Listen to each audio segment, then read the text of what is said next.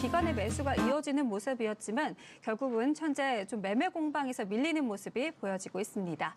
자, 그리고 게임주 체크해 보도록 하겠습니다. 오늘 선별적인 장세가 연출되는 가운데 현재 NHN 엔터테인먼트가 6%대 강세고요. 이 밖에 위메이드 그리고 한빛소프트, NC소프트가 견조한 모습 보이고 있습니다.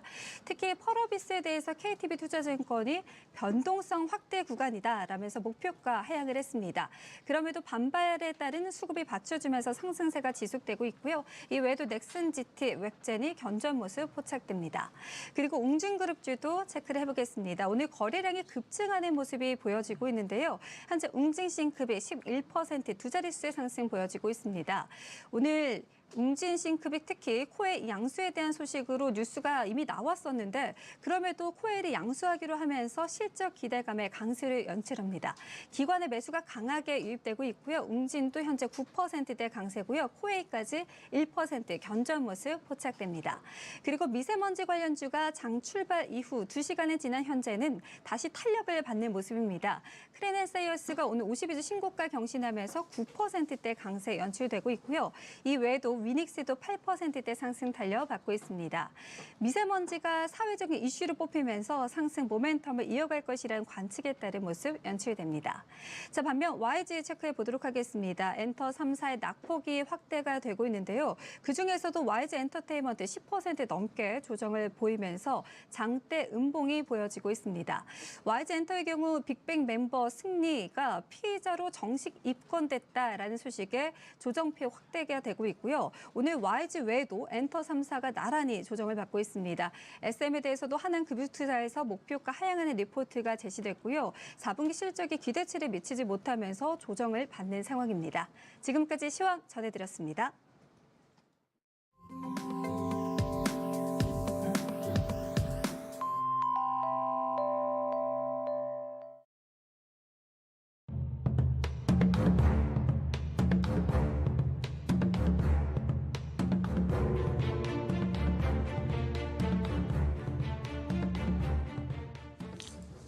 자, 시청자 여러분, 투자자 여러분, 월요일 증시라인 시작하겠습니다. 연초의 반등 국면이 이제 끝난 건지 이제 되묻게 되는 그런 장세가 지난주부터 계속 이어지고 있는데요. 결국은 연준의 스탠스의 변화에 따른 유동성의 회복으로 인한 장의 반등이냐 아니면 여전히 악화되고 있는 경기 지표, 실물 경기에 대한 두려움으로 인한 반등의 좌절이냐 이 싸움에서 일단은 경기가 워낙에 안 좋은 지표들을 쏟아내고 있기 때문에 이쪽에 승리가 굳혀지는 그런 모습입니다만 지금 장 상황 이제 3월 중반부로 이제 넘어옵니다만 어떻게 봐야 될지 두 분의 전문가와 함께 1, 4분기를 한번 되돌아보면서요 앞으로 다가올 4월장도 한번 미리 예견해보는 그런 시간을 갖도록 하겠습니다. 두 분을 먼저 소개하겠습니다. 제 오른쪽에 KTB 투자증권의 김한진 박사를 모시겠습니다. 어서 오십시오, 네, 박사님. 안녕하세요. 예. 제 왼쪽에 교보증권의 김형렬 리서치센터장을 모시죠. 어서 오십시오. 네, 안녕하세요. 예. 자, 김한진 박사께서는 뭐 작년 말 올해 초 내내 올해 경제 지표를 우선시해서 봐야 된다는 말씀을 꾸준히 해오셨는데 현재 말씀대로 경제 지표가 굉장히 안 좋은 지표가 미국, 유럽, 중국 할 것 없이 연쇄적으로 계속 나오고 있습니다. 어떻게 봐야 될는지요?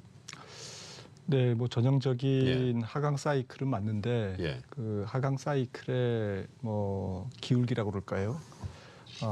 그 하강 정도가 어느 정도인가에 예. 대한 논쟁이 아직도 진행 중인 것 같고요. 예. 경기 예측의 핵심은 그런 것 같습니다.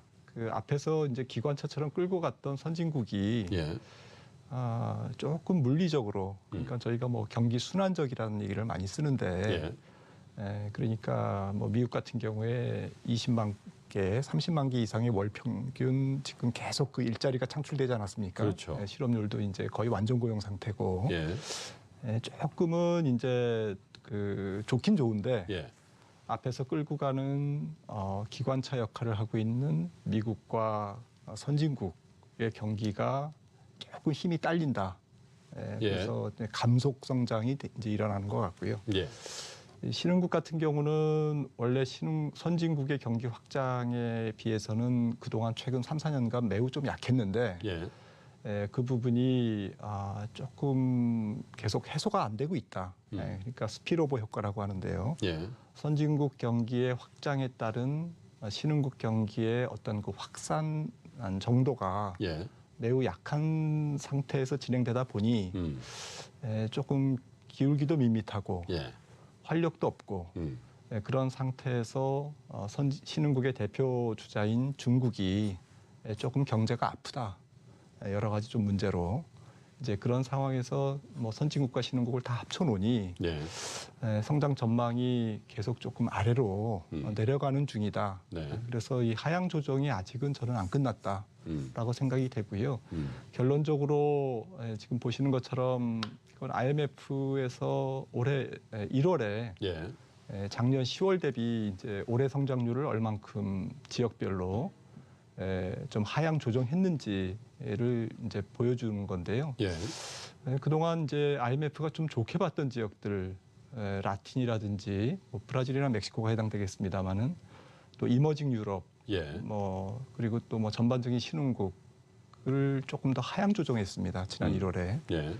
그리고 유로존은 이제 하향 조정했고요. 뭐 최근에 ECB에서도 또 하향 조정을 했습니다만은 이렇게 전반적으로 이제 신흥국 조정이 아직도 진행 중이고 그러다 보면 뭐 신흥국이 안 좋다고 또 이제 선진국을 조금 더 하향 조정할 것 같습니다. 제가 볼 때는 올 4월과 올 가을까지. 그래서 뭐 저희가 이제 스피일오버 효과, 이제 스피일백 효과라는 얘기를 하는데 이제 주거니 받거니 선순환이 아니라 이제 악순환이죠. 그리고 스피일오버 효과와 스피일백 효과가 있다 보면 그 안에서 이제 또 영내에서의 스피일인 효과가 있습니다. 그러니까 중국이 안 좋으면 중국의 교육 비중이 높은 한국 같은 한국이나 이제 동남아 쪽이 이제 안 좋고 뭐 유로존도 안 좋겠죠. 또 독일이 안 좋다 보면은 EU 영내에 또 스피일인 효과가 나타납니다. 그래서 경기가 이렇게 화학 반응처럼 주거니 받거니 하면서 예상보다 조금 더 밀려 내려가는 전형적인 하향 조정, 리바이스 다운. 실적으로 따지면은 계속 어닝 쇼크가 조금씩 발생하는 그런 기간이 2019년이다라고 조금 볼 필요가 있다라는 생각입니다. 그런데 2019년을 대체로 경기에 대한 부정적인 전망은 김 박사님뿐만 아니라 대부분의 전문가들이 예측가들이 한 것 같은데 워낙에 1월 초부터 2월 중반까지 급하게 외국인 매수세가 들어오다 보니까 장의 성격에 대해서도 조금 헷갈린 부분인데 다시 정신을 차려놓고 보니까 보고되고 있는 경제 지표들이 워낙 좋지 않다. 그렇기 때문에 1월 초반부터 이어졌던 외국인 매수세로 인한 반등 국면은 일단은 끝났다. 이렇게들 이제 정의를 하기 시작하는 것 같은데 김영현 센터장님 어떻게 보십니까? 지금 현재 장 상황에 대해서? 우선 뭐 지난 2주 전에도 한번 언급을 드렸지만 현재 시장의 어떤 방향을 결정짓는데 당기는 힘과 미는 힘에 대한 정확한 구분이 필요하다라고 말씀을 드렸었고요. 특히 이제 미는 힘은 금리와 환율 등과 같은 유동성 조건의 영향에 따라서 수급에 대한 변화가 어떻게 일어나야 하는 점을 지적을 해드렸습니다. 뭐 지난 연말과 대조적으로 이제 1월부터 주요 중앙은행들에 대한 정책 스탠스가 바뀌어가고 있고 이것이 현재 시장 금리에는 어느 정도 녹아들었고요. 또 이 기간 동안 그동안 강세에 머물러 있었던 달러화가 조금 진정되면서 시중 자금은 계속 위험 자산에 리스크온 신호를 보내주었었던 거죠. 이것이 어느 정도 지난 2월 말까지 조금 버거하는 위치에 도달했었을 때 이 힘을 더 부추겼었던 것이 너무 과도하게 2019년 전망의 비관적 전망을 반영했었던 특정 자산들, 뭐 중국 주식이라든지 한국 주식 등과 같은 경우 이 적정 가치에 대한 수렴 과정에 당기는 힘이 추가가 되었었던 겁니다. 근데 연초 이후에 이런 가격 복원이 이루어지고 나게 되니까 이제 서서히 당기는 힘은 이제 서서히 약화되었고 남아 있는 거는 밀어주는 힘밖에 없어왔었지만 최근 들어서 다시 또 금리 상황은 아직까지 충족을 하고 있는 상황인데 달러가 다시금 좀 강세 쪽으로 방향을 틀고 있다라는 거죠. 이런 어떤 관망세에서 시작된 어떤 에너지에 대한 부족 현상이 3월 들어서 월 초 이후에 조정의 주요한 이유가 되어가고 있다라고 판단이 들고요.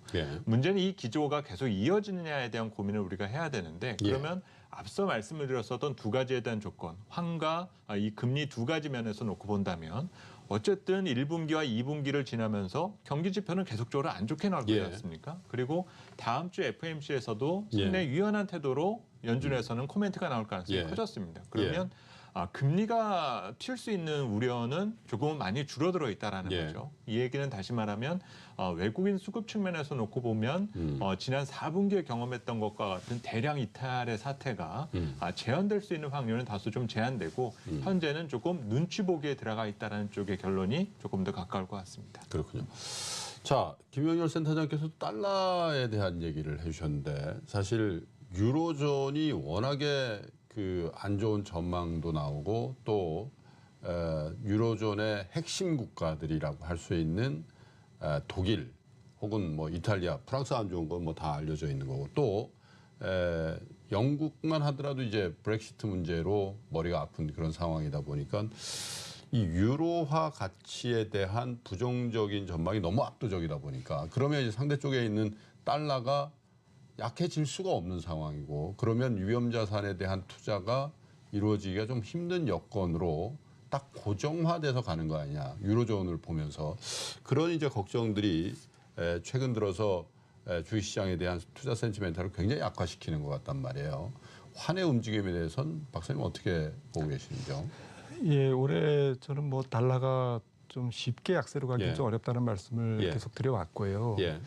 네, 그 이유가 아무래도 이제 경기가 조금 그 전체적인 환율 시장에 스트레스를 주다 보니까 안전 통화인 달러 쪽으로의 약간의 쏠림이 지속되는 그런 상황이고요. 상황이 좀 더 이어질 것 같고 말씀하셨듯이 어쨌든 달러를 결정하는 결정적인 요인인 유로화가 조금 그 약할 수밖에 없다.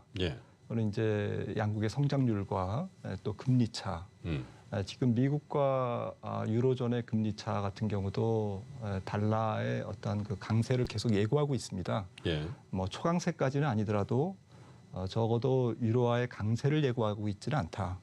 유로화의 좀 약세 쪽을 조심스럽게 예고하고 있다. 이렇게 봐야 될 것 같고요. 결국 ECB도 이제 조금 백기를 들고 다시 또 작년 12월에 중단했던 돈 풀기를 이제 올해 하반기에 다시 시작한다라는 이제 그런 이제 선언을 했고요. 그러다 보면 유로화가 좀 강하기는 어렵다. 그런 상태에서 전 세계 경기가 조금 생각보다는 약하다 보면 신흥국 쪽에 조금 이렇게 편안하게 발을 뻗기는 글로벌 자금들이 조금 한계가 있을 거다. 물론 저도 이제 경기는 뭐 안 좋지만 각국의 통화 정책이 완화적으로 바뀌고 있기 때문에 일종의 풍선을 띄우는 힘과 풍선에 바람을 빼는 경기 쪽에서는 이제 풍선에 바람을 뺀다고 그럴까요? 중력의 법칙이 작용되고 있고 통화 정책 쪽에서는 경기가 안 좋기 때문에 당연히 이제 부양적 스탠스를 취하다 보니까 완화적 스탠스를 취하다 보니까 이제 금융시장에는 조금 유동성 공급 요인이 돼서 좀 플러스 요인이 되는 거고요. 이 양쪽 요인이 서로 충돌하다 보니까 돈이 이제 글로벌 자금들이 상당히 조금 그 우왕좌왕할 수도 있고 갈피를 잃을 수도 있고 조금 단기화될 수도 있고 그리고 선택적으로 어떤 지역은 조금 집중적으로 살 수도 있고 뭐 이런 과정이 올해 이제 좀 금융시장의 특징, 주식시장의 자금 흐름상의 특징이라고 생각이 되고 그런 관점에서 연초에 외국인들의 한국 주식시장을 조금 이해할 필요가 있다. 그러니까 어떤 한쪽 방향으로 지속적으로 가기보다는 선택적으로 가거나 좀 제한적으로 갈 가능성. 그러니까 투자자 입장에서는 외국인들이 샀다고 해서 계속 그게 한 방향인 줄 알고 쫓아갔다가는 또 외국인들이 안 사네. 또 일정 부분 또 팝니다. 그러면 또 이게 뭐지? 방향성에 대해서 굉장히 헷갈리는 그럴 수밖에 없는 환율 상황과 달러의 일방적인 약세의 제한성, 약간의 강세 국면 이런 쪽을 조금 이해를 하고 글로벌 자금 플로우를 조금 판단할 필요가 있다, 예측할 필요가 있다라고 생각을 합니다. 그러니까 지난주 쭉 보니까 외국인과 기관이 그냥 동반해서 매도를 해버리니까 우리 장세가 좋아질 수가 없는 그런 여건이었는데 어쨌든 외국인의 향배에 대해서 우리 투자자들이 갖는 감정은 이런 것 같아요. 그럼 뭐였지?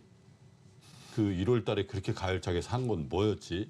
지금은 돌아보니까 사실은 원래 기대를 안 했었잖아요. 그죠? 그렇죠. 그러다가 갑자기 샀기 때문에 야 그것도 그냥 뭐 한 이틀 사고 하루 팔고 이게 아니라 쭉 사버렸고 그 규모도 꽤 컸고 그리고 우리 대표 기업인 삼성전자, SK 하이닉스 같은 것들도 대거 매수를 해줬기 때문에 야, 이거 좀 달리 봐야 되는 거 아니냐라는 얘기들이 많이 있었단 말이에요. 지금의 외국인 매수세를 돌아보면 김영렬 센터님 어떤 성격의 외국인 매수였다? 저 역시 조금 전 박사님께서 말씀해 예. 주신 선택적인 대응이었다라는데 아주 많이 공감을 하고요. 예. 지난 5년 동안 연간 누계 기준으로 우리 국내 주식시장에서의 외국인 수급 테이블을 살펴보면 네. 2016년도에 누적 순매수 11조 원을 기록한 이후에 예. 항상 매년 플러스 마이너스 5조 원 내외에서 연간 수급이 결정이 됐었습니다. 예. 그렇다 보니 지난 1월 달에 한 달 만에 4조 원이라는 매수를 하니까 예. 뭐 사실 저 역시도 이건 뭘까라는 예. 것들에 대한 고민을 할 수밖에 없었었거든요. 예. 하지만 이 주변에 대한 정황을 놓고 보면 역시 지난해 가장 낙폭이 컸었던 자산들의 복원력이 가장 강했고 그런데 네. 해당되는 자산에 글로벌 투자 자본들이 집중되는 현상을 보여주었으니까 예. 어떤 경기에 대한 판단과 전망을 기초해서 대응을 했다라는 것보단 어허. 기존에 그들이 머물렀었던 자산 가격이나 가치 평가에서의 변화가 우리 쪽으로에 대한 어떤 상대 매력으로 느껴왔었다라는 거죠. 예. 문제는 그 과정에 어느 정도의 가격 복원이 이루어지고 나니까 재평가 과정에서 지금의 상황을 지금도 싸다라는 것들에 대한 결론을 내리기가 상당히 어려워졌다는 겁니다. 예. 그래서 앞으로도 이 달러의 가치의 변동과 금리 상황이 우리 국내 증시와 우리 국내 금융시장에 미칠 예. 영향이 그만큼 크다라는 것을 인지할 예. 필요가 있겠고요. 음.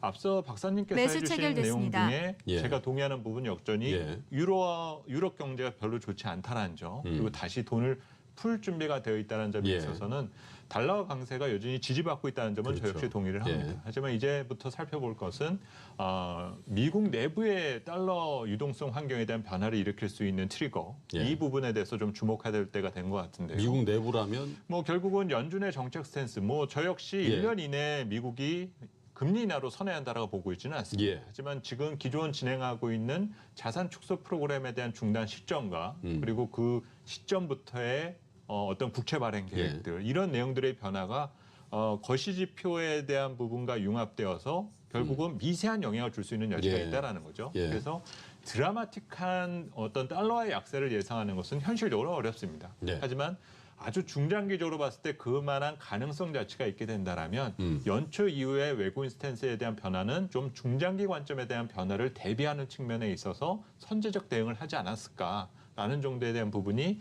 연초 국내 어떤 외국인 투자자들에 네. 대한 수급을 잇는데 하나의 힌트가 되지 않을까라고 봅니다. 환에 관련해서 그렇습니다. 예, 그건 우리뿐만 아니라 신흥국에 대한 어떤 그 자산의 배분의 그런 부분들이 고려됐을 것이다 이렇게 그렇습니다. 보시는 거네요. 자, 유럽 쪽이 워낙 그 힘들다고 하니까 그러면 이 유럽 쪽에서 오는 어떤 경고의 메시지들이 중단되거나 아니면 적어도 그 정도까지는 아닌 것 같다. 저희가 겪었던 뭐 재정 위기라든지 이런 쪽으로 확산될 것 같지는 않고 그저 경기의 순환에서의 어떤 사이클의 다운턴 이런 정도로 그칠 것이다라는 전망이 나오지 않는 이상 사실 추세적인 달러화의 약세 국면은 기대하기 어렵다라는 게 박사님 말씀이신 것 같은데 실제로 유로존의 뭐 경기라는 게 어떻습니까? 네, 뭐 제일 조금 문제가 되는 게 너무 가파르게 하향 조정이 이루어지고 있다라는 예. 거고요. 일단 팩트를 그러니까요. 보면 유로존이라는 큰 경제에서 뭐 네. IMF라든지 뭐 OECD 이런 데서 거의 반토막을 내버리는 거 아니에요? 경제 성장률 전망치. 그렇습니다. 1월 달에 IMF 전망만 해도 예. 올해 성장률을 1.9%로 봤는데 예. 전년 대비 0.3%포인트를 내려서 그것도 뭐 사실은 좀 좋죠. 충격적이었습니다. 그런데 이제 조금 더 이어서 예. 바로 이제 그 ECB하고 EU 집행부에서 내놓은 전망은 상당히 그 다음에 이제 과격한 하향 조정을 그렇죠. 했고요. 1.7에서 1.1이니까. 예, 그리고 이어서 이제 OECD 같은 경우도 예. 뭐 지금 1% 대 초반으로 1.3%로 0.6% 포인트를 내렸거든요. 예. 그래서 뭐 모든 예측 기관들이 동시에 이렇게 그럼 유로존 경제가 불과 한 뭐 작년 10월 뭐 한 4분기 대비 뭐 굉장히 뭐가 잘못됐나 글쎄요. 뭐 이렇게 조금 의아하게 생각할 텐데 예. 제가 볼 때는 유로존은 원래 성장률이 낮았습니다. 뭐 최근 한 15년, 뭐 20년 이렇게 놓고 보면 사실 분기 성장률이 0.5%가 안 돼 있거든요. 예. 연율 뭐 한 1%대 초반 정도 이 정도였는데 사실은 이제 통화 정책을 마이너스 금리까지 가져가고 LTR로 또 은행들을 통한 소위 유동성 공급이죠. 네, 유동성 공급 양쪽 완화를 이제 하다 보니까 예. 뭐 건설 경기도 살아났고 소비도 조금 붐업됐고요. 예. 또 세계 경기가 좋다 보니까 뭐 수출 쪽에서도 조금 상당히 기여를 했고 예. 독일 같은 경우에 또 낮은 유로화 가치를 기반으로 해서 자동차 수출도 잘 됐고요. 이런 부분들이 다시 이제 원래 장기적인 유로존의 이제 본질적인 뭐 모습으로 회귀된다 그럴까요? 예. 원래 저성장 국가인데 지역인데 그동안 조금 무리한 이제 부양책에 힘입어서 성장했던 것 그런 경제가 다시 이제 원위치되는 예. 장기 추세에 수렴하는 이제 그런 과정으로 이해를 할 필요가 있다라는 거고요. 예. 여기까지는 괜찮은데 문제는 정책 수단이 이제 예. 조금 안 보인다라는 거죠. 사실 이제 저희가 관심 있는 거는 이제 금융시장에서 이 저성장, 유로존의 저성장을 어떻게 그렇죠. 바라보느냐라는 건데 유로존은 아시다시피 재정 통합이 안 돼 있기 때문에 재정 정책을 펼치기는 각국마다 이제 사정이 다 다르고 그렇겠죠. 특히 뭐 독일은 뭐 재정 투자를 할 여력이 있습니다만은 나머지 지역은 조금 어렵다고 봐야 될 것 같고. 그다음에 통화 정책은 ECB가 이제 다시 뭐 굉장히 그 공격적인 뭐 2조 6천억 달러를 우리나라 돈으로 한 3,500조를 쏟아 부었는데 작년 12월까지 이제 이게 조금 사실상 조금 다 마감되고 다시 또 뭐 10년 전 상황으로 돌아가서 또 다시 이제 또 마이너스 금리를 해야 되는 그런 상황이냐라는 거에서 상당히 시장의 불안감을 촉발하기에 충분하다라는 것이죠. 그 말씀은 유로 경제라는 게 정말 그 정도로 급한 부양책과 큰 경기 부양책을 냈음에도 불구하고 그냥 연명한 거지. 네. 유럽 경제의 어떤 체질 자체를 바꾸거나 다시 한번 이렇게 활력이 돋는 그런 경제로 탈바꿈할 수 있는 가능성은 지난 10년간의 뭔가를 보고 나서 안 되겠구나. 이런 실망감이 맞습니다. 들어가 있다는 얘기시죠? 네, 맞습니다. 그래서 이제 정책 효과가 이제 사라진 다음에 민낯의 유로존 경제를 사람들이 이제 지금 목도하고 있는 거고 그랬을 때 사람들은 이제 상상력을 발휘해서 2010년대 초반에 있었던 남유럽 재정위기라든지 뭐 이런 부분들에 대해서 당연히 의심을 갖는 거고 다시 한번 뭐 그래서 뭐 이렇게 해봤더니 검토를 해봤더니 남유럽 국가의 은행들이 뭐 건전성이 전혀 개선이 안 됐다든지 뭐 재정 수지도 전혀 건전화되지 않았다든지 뭐 이른바 이제 숙제를 해야 될 것들을 그동안 뭐 경기가 조금 좋아졌다고 안 하고 넘어왔구나. 그러면 이게 다시 또 반복되는 것이 아닌가라는 이제 우려감이 당연히 생기는 거죠. 그렇겠네요. 그래서 유로존 지역의 한 나라에 국한된 것이 아니고 사실 앞서 말씀드렸듯이 유로존이 이제 사실은 중국 입장에서는 수출 비중이 20%가 되는 지역이 유로존이지 않습니까? 그렇죠. 뭐 유로존도 중국에 대해서 한 9% 정도 수출 비중을 노출을 하고 있고요. 그러다 보니까 이제 중국 경제에 대한 의심을 이제 당연히 또 확산하게 되는 거고요. 지금도 뭐 표에 유로존과 중국 간의 교육 관계가 나오는데 굉장히 밀접한 관계를 갖고 있죠. 그렇습니다. 그러다 보니까 이제 전 세계가 사실 또 조금 더 나가면 미국 경기 같은 경우도 자체적으로는 좋지만 중국이나 유로존 그 나라 밖 경제가 미국 입장에서 볼 때 안 좋으면 항상 미국 경기의 어떤 하강 사이클도 외부에서 조금 촉발된 경우가 많았다라는 것이죠. 뭐 남미라든지 과거에 뭐 러시아라든지 이런 사태가 미국 경기 사이클에까지 영향을 미치는 거니까 전 세계 저성장 예. 기조 내지는 원래 성장 어떤 장기 성장 궤적으로의 예. 회귀 과정에서 과연 어떤 파열음이 하나도 없을 것인가? 예. 금융적 파열음이라든지 은행의 어떤 부실 채권 문제라든지 이런 부분들이 예. 없이 조용히 지나갈 것인가에 대한 의심을 사람들은 계속 하는 겁니다. 그러다 보면 그게 모이고 모여서 또 투자가 조금 저조하게 되고 소비 심리가 위축되고 네. 이러한 경기에 전형적인 불안 심리가 조금 확산될 가능성은 올해 조금 남아 있다라고 생각을 합니다. 사실은 미국 경제와 미국 금융시장이 최근 한 2, 3년 동안 세계 경제하고 유리돼서 분리해서 워낙 좋았기 때문에 연장선상에서 보면은 야 이게 뭐 유럽이 좀 힘들더라도 미국이 갈 수 있네. 중국이 계속 하향되고 있어도 미국은 갈 수 있네. 이런 것들을 우리가 한 1, 2년 봤지 않습니까? 그래서 어떻게 보면 세계 경제가 주요 블록들이 다 연결돼서 한 경제가 안 좋으면 쭉 연쇄적으로 안 좋아질 수 있다라는 것들이 원래는 우리가 갖고 있던 기본 생각이었는데 사실 미국 경제 이런 것들을 보면서 조금 그 생각을 좀 잊어버렸던 것 같다는 생각도 김 박사님 말씀을 듣다 보니까 그런 생각이 들고 그게 사실 중국이 안 좋고 유럽이 안 좋아지고 그러면 그것이 돌아서 다시 미국으로 가고 다시 일본이나 한국 경제에도 영향을 주는 이게 사실 기본인데 그런 부분에서 우리가 일부러 그랬는지 아니면 자연 발생적으로 그랬는지 조금 잊어버리고 있었다는 생각이 듭니다. 자, 김 센터님 뭐 투자 전략을 주 전공으로 하시니까 그러면 이런 큰 흐름 그리고 경제 지표가 계속 안 좋아지고 있는 이런 국면에서는 우리가 어떤 투자의 아이디어를 가지고 그냥 뭐 안 하면 되죠. 근데 그렇게 쉽게 말씀드릴 수 있는 상황이 아니니까 맞습니다. 어떻게 해야 됩니까?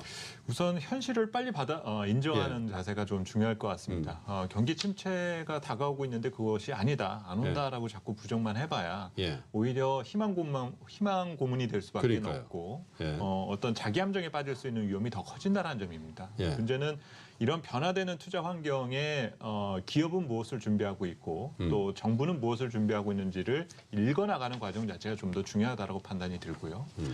특히 지난 불과 1년 전만 하더라도 경제가 가장 좋았었던 시기지 않습니까? 그렇죠. 그리고 이런 경기 침체에 대한 공포가 등장하지 어느덧 1년 정도가 지난 상황이기 때문에 예. 앞으로에 대한 변화에 대해서는 그냥 정책 당국이 방치할 수 있는 가능성은 극히 제한된다는 점입니다. 예. 문제는 그 물꼬를 트이기 위해서 생산 부분에 초점을 맞추게 될 것인지, 공급 부분에 초점을 맞출 것인지, 아니면 예. 수요 쪽에 초점을 맞출 것인지 우리가 검토를 해둘 필요가 있겠는데요. 예. 문제는 최근 글로벌 정부의 여러 가지 정책 방향들을 놓고 보면 여전히 글로벌 공급 과잉이 완전히 해소된 것 같지는 않다. 예. 그리고 과거의 어떤 자유무역에 기초한 어떤 세계화 전략이 이제는 반대로 가고 있는 상황이지 않습니까? 예. 서로의 장벽이 높아지고 있는 과정에 어떤 공급 측면에서에 대한 개혁이 세계 경제의 활력을 되찾는 데는 한계를 드러날 수밖에 없다는 것이 지적되고 있고 결국은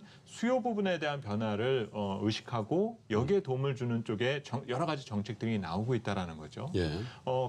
가장 쉽게 미국 입장에서는 미국 소비자들에 대한 권리와 어떤 그 혜택을 되찾아주기 위한 여러 가지 노력들을 하고 있고 예. 중국은 대규모 재정 지출 확대와 감세 정책 등을 꺼내들면서 내수 소비가 경색되지 않게끔 여러 가지 지원안을 내놓고 있다는 점입니다. 예. 결국 이 같은 또 침체의 충격을 줄여주기 위한 여러 정책 기조에 대한 변화는 앞으로 있을 6개월, 1년 후의 경제 상황을 우리가 현재 비관하는 것과는 또 다른 모습으로 바꿔가지고 있다라는 거죠. 예. 결국 그 변화의 과정에 우리가 서 있기 때문에 이 작은 수치에 대한 변화를 우리가 체크해 나가면서 그러면 이렇게 비관적인 숫자가 나왔을 때 더 비관적으로 숫자는 하향 조정이 될 거지 않습니까? 그렇죠. 그러면 그것을 기준으로 갖고 그거보다 더 악화가 되는지 그렇지 않은지를 체크해 나가면서 이제는 조금씩은 호흡을 길게 가져가는 그런 변화를 주는 것이 어떤 투자의 기준에 필요한 부분이 되지 않을까라는 생각이 듭니다. 사실 뭐 큰 흐름의 맥락을 이해하는 것도 중요합니다만은 김 센터님께서 지금 말씀하신 것처럼 사실 대세에 대한 판단은 항상 후행적으로 우리가 하게 되더라고요. 그래서 그 안에서 움직이는 여러 가지 지표들, 단기, 수급, 재료 이런 것들이 다 버무러져서 오늘 지금 우리 주가 지수가 만들어지고 또 기업들의 주가가 결정되어지는 거니까 사실 너무 비관론 또 너무 강한 낙관론의 딱 고정의 틀을 가지고 장세 대응을 할 필요까지는 없겠다 이런 말씀이시지 않습니까? 자, 그러면 지금 3월 중반입니다. 그래서 그냥 하도 궁금해 하시는 분들이 많아서 투자 전략도 하시고 그러니까 그냥 아주 간결하게 좀 여쭤보겠습니다.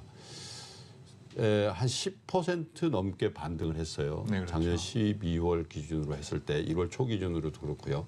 그랬다가 그 반등폭의 한 반 가까이는 지금 반납한 거죠. 그렇습니다. 현재. 그러면 지금부터는 어떤 그 장세 전망을 하고 계십니까?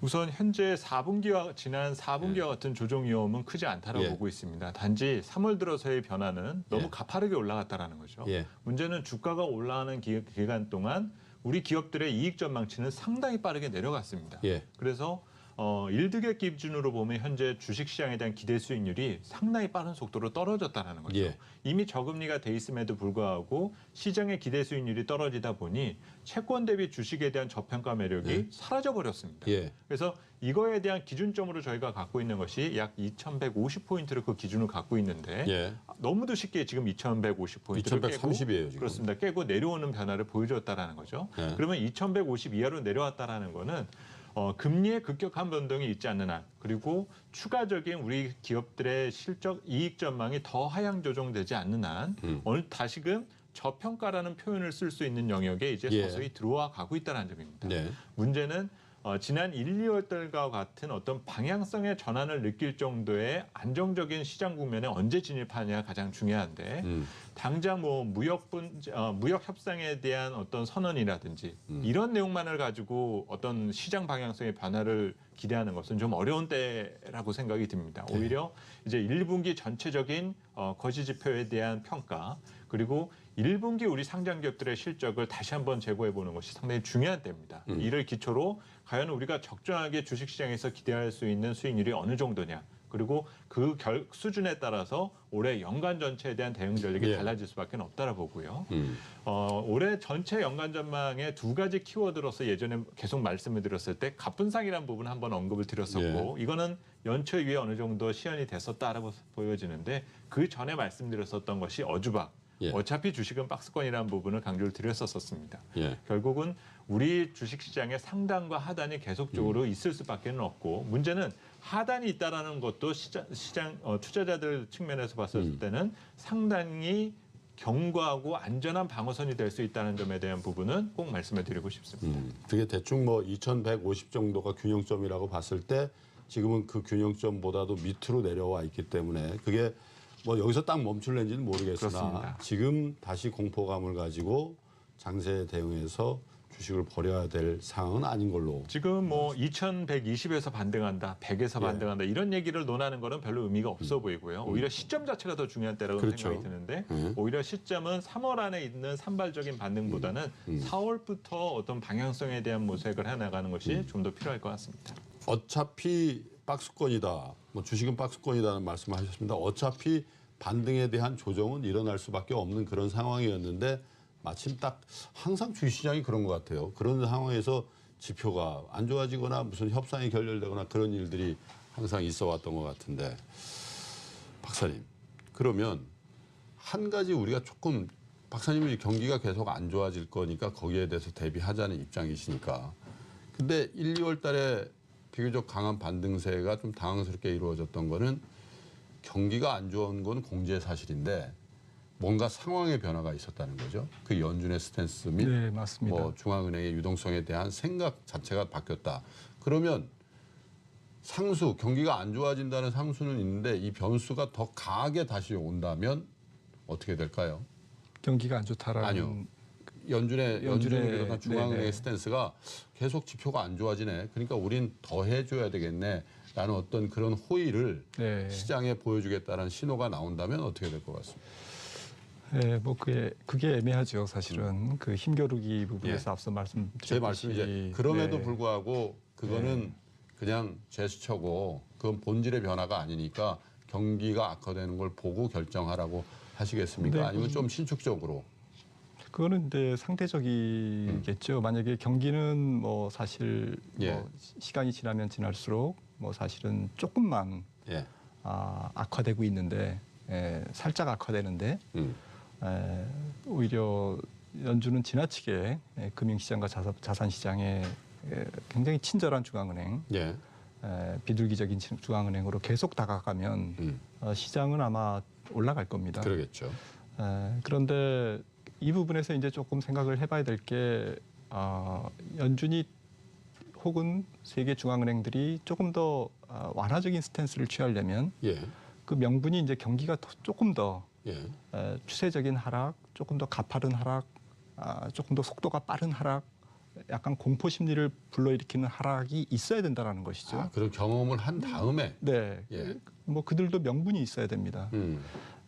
인플레이션은 이미 명분이 안 됐고요, 예. 안 되고 있고 경기 하강에 대한 어떤 연준의 어떤 그 경기 부양을 위한 예. 통화 정책에 대한 명분이 예. 조금 더 살아날 정도가 돼야 되는데 그거는 사실은 좀 경기가 조금 더 험악하게 안 좋은 쪽으로 흘러야 그게 이제 상황적으로 맞는 거죠.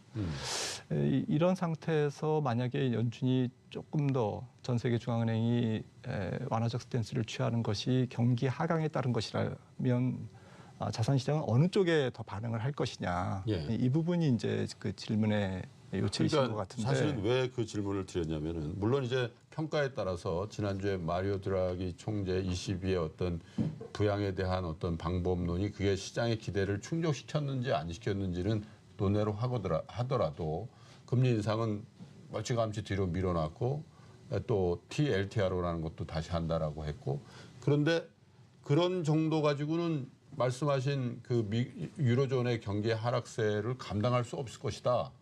이런 인식이 있으니까 자기 꿈쩍도 안 하고 더 빠져버리는 거 아닙니까? 사실 몇 년 전까지만 해도 경제 지표가 안 좋게 나오면 시장이 환호했지 않습니까? 연준이 가만 놔두지 않겠네. 이런 것 그게 유동성의 힘인데. 나쁜 게 좋은 거다라고 그랬죠. 그렇죠. 지금 이 국면에서 만약에 미국의 경제 지표가 안 좋아지면 전처럼 그렇게 환호하겠냐. 환호까지는 아니더라도 연준을 바라보면서 위안을 하겠냐 이런 거. 이제는 경제 지표가 안 좋으면 안 좋은 거를 반영할 수밖에 없는 그런 상황으로 가는 거 아닌가라는 이제 두려움을 투자자 여러분들이 갖기 시작하는 것 같아서. 네, 그래서 뭐 기준점을 사실은 경기 쪽에 조금 더 포커스를 둬서 보느냐, 통화 정책, 금융 환경, 금융 컨디션 쪽에다 좀 더 초점을 둘 거냐에 따라서 시황관이 좀 달라지게 됩니다. 네. 저는 결론적으로는 조금 우리가 경험하는 경기 하강, 전 세계적인 경기 하강이 조금 더 남았고 우리가 지금 생각하는 것보다는 조금 더 안 좋게 진행될 가능성이 있다. 무역 분쟁의 해결이라든지 이런 것 관계없이 전 세계는 이미 피크아웃했고 전형적인 경기 하강 국면에 들어갔고 그중에서 취약한 국가일수록 조금 더 파열음을 낼 것이다. 조금 더 공포 심리를 유발할 것이다. 그래서 완화적 통화 정책에도 불구하고 경기 혹은 기업 실적의 펀더멘탈이 주식시장의 상단을 제한하거나 혹은 하락을 조금 더 키울 가능성이 있다. 그래서 조금 펀더멘탈이 강한 국가는 박스권, 그렇지 못한 국가는 조금 하향 추세. 이렇게 해서 전체적으로 합쳐놓으면 전 세계 주식시장이라 위험자산 시장은 우하향. 조금 더 우하향하는 완만한 우하향과 좀 가파른 우하향이 만나는 우리나라는 모르겠습니다. 펀더멘털이 어떻게 진행될지는 모르겠습니다만은 조금 박스권이라고 보고 싶은데요. 여기서 이제 조금 김 박사님이 잘 봐주셔야 박스권이라는 거네요. 네, 그렇습니다. 저는 조금 희망 섞어서 봤을 때 희망컨대 좀 박스권일 가능성. 그래도 외환 펀더멘탈이 강하고 글로벌 유동자금이 갈 데가 없다. 신흥국에서. 그러다 보니까 김영렬 센터님 말씀하셨듯이 주가가 떨어지거나 금리가 떨어질 때마다 일드 스프레드가 굉장히 매력적으로 주식시장의 매력도가 좀 뿜뿜 계속 나오니까 거기서 외국인들의 매수세라든지 기관 매수세를 조금 촉발할 것이다 라는 것이고요. 지금 사실은 그 아까 앵커님께서 질문하신 핵심의 저금리가 위험자산 시장에 혹은 경기에 어떤 영향을 줄 것이냐에 대한 논쟁이 올해 저는 많을 거라고 봅니다. 생각보다. 예. 최근에 흥미로운 리포트가 하나 나왔는데 NBER 그 권위적인 미국 전미경제 연구소죠. 예. 거기서 나온 리포트를 하나 보니까 저금리가 의외로 성장을 촉발하지 못한다라는 그럴 가능성이 매우 높다라는 예. 이제 보고서가 나왔는데 예. 결국에는 뭐 일반적으로 제로금리 혹은 뭐 ECB 같은 경우에 마이너스 금리 이런 거에도 불구하고 기업들이 지속적이고 의미 있는 투자를 진행하지는 못했다. 설비 예. 투자나 예. 이런 실물 쪽에서의 어떤 투자를 유발하지 못했고 저금리에 따른 자산 시장의 어떠한 부양은 있었지만 그 부양 효과가 사라지면서 본질적인 기업의 설비 투자라든지 예. 경기 확장으로 이어지는 맛은 조금 없었다라는 것이고 이게 저금리가 사실은 대기업들에게는 유리하지만 상당히 경제 펀더멘탈 파운데이션을 많이 차지하고 있는 중견기업이라든지 조금 경쟁력 열의의 기업들에게는 예. 계속 좀 부정적인 영향으로 우리 주고 있다는 상식하고는 좀 거죠. 반대네요. 네. 예. 그래서 저는 매우 설득력 있는 리포트고 흥미로운 리포트라고 생각을 하면서 올해 이제 저금리의 경기 부양 효과에 대한 논쟁이 굉장히 치열할 거다. 왜냐하면 이것은 10년 전에 펼쳤던 전 세계의 어떠한 동시다발적인 초저금리 정책이 다시 또 진행될 것에 대한 논쟁이죠. 그렇죠. 네, 그 논쟁과 또 마켓에서의 우리 같은 자산 시장에서의 이러한 중앙은행들의 통화 정책을 바라보는 시각, 예. 자산 시장이 어느 쪽에 더 비중을 두고 반영을 할 것인가를 저희가 조금 주의 깊게 볼 필요가 있을 것 같습니다. 사실 그런 얘기들은 몇 년 전부터 있었습니다. 이 통화정책 무용론에 대해서 금리를 낮춘다고 해서 그 아까 유로존 얘기도 나왔습니다만은 그 나라 경제 펀더멘탈을 강화시키는 거냐, 그저 자본시장, 금융시장의 어떤 가격을 올리는 데 기여한 거 아니냐. 그래서 결국은 더 적극적인 재정 정책을 겸비하거나 더 우선해야 되는 거 아니냐. 그런 얘기들도 이제 같이 나왔던 것 같은데 어주박, 그러니까 어차피 주식은 박스권이다라는 말씀을 하시는데 우리 김 박사님은 잘주박이에요. 잘해야 주식은 박스권이에요. 반론이 좀 필요한 것 같습니다. 네, 뭐 예. 그만큼 현재 경기 상황이 안 좋다라는 점은 저 역시 동의를 하지만 지난 뭐 10년, 20년 사이에 가장 주요한 어떤 경제 위기가 닥쳤을 때의 가장 큰 차이점이 있다라면 수요나 투자 부분 등에 대한 어떤 위축은 우리가 경계해야 되는데 예. 문제는 생산 활동에 대한 부분은 아직까지 양호하다라는 점입니다.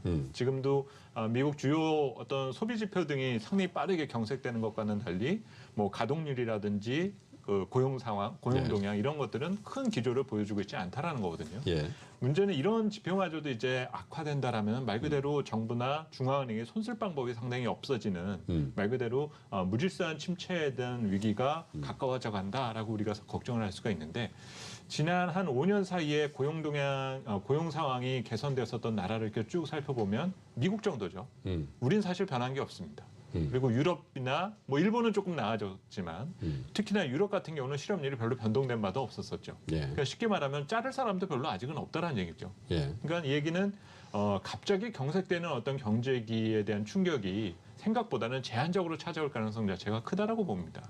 이런 여지 등이 시장을 지탱해주게 되는 하나의 기초 체력에 대한 하나의 그 기준이 될 수 있다라고 판단이 되는 거고 이런 점에서 조금만 어떤 유동성에 대한 부분이 좀 더 지원해 준다라면 그리고 문제는 과거 10년 동안에 시장에 공급되는 여러 방대한 유동성이 계속 금융기관에만 머물렀었다라는 거죠. 이게 가급적 실물 자산으로 빨리 이동하게끔 독려하고 장려하는 이런 변화들만 생기게 된다라면 생각보다 시장은 활기차질 수 있는 잠재력을 아직은 그렇게 확률이 높다라고 볼 수는 없겠지만 희망의 불씨는 아직까지는 꺼지지 않았다라고 봅니다. 네. 희망의 불씨는 영원히 꺼지지 않을 것 같습니다. 그렇죠. 우리가 투자를 하는 한. 왜냐하면 빠진다는 것 자체는 또 한 면에서 기다리는 분들이 있기 때문에 그럴 것 같은데 어쨌든 경기를 우선해서 지금 발표되고 있는 저조한 경기 상황을 먼저 보실 건지 아니면 지금 김영렬 센터장께서도 말씀하셨지만 그 안에서도 무언가 시장을 움직이는 어떤 통화 정책이라든지 또 각국의 정책에 대한 연대 또 지금까지 전 세계 금융시장을 옥죄했던 양대 강국의 어떤 문제를 이제 해결하는 노력 이런 것들을 정성적으로나마 더 봐야 될는지는 저희 각자가 판단해야 될 문제겠습니다만은 어쨌든 이 두 가지 요소를 웨이트를 어디다 둘지를 잘 판단하는 그 여러분들의 지혜와 결단이 좀 필요한 시점이다 이런 생각이 듭니다. 자, KTB 투자증권의 김한진 박사, 교보증권의 김형렬 리서치센터장과 월요일을 토론으로 한번 열어봤습니다. 두 분 고맙습니다. 감사합니다. 감사합니다. 자, 월요일에 보내드린 증시라인은 오늘 여기까지 하겠습니다. 내일 화요일에도 증시라인은 여러분들과 함께 한 걸음 더 들어가 보겠습니다. 시청자 여러분, 투자자 여러분 고맙습니다.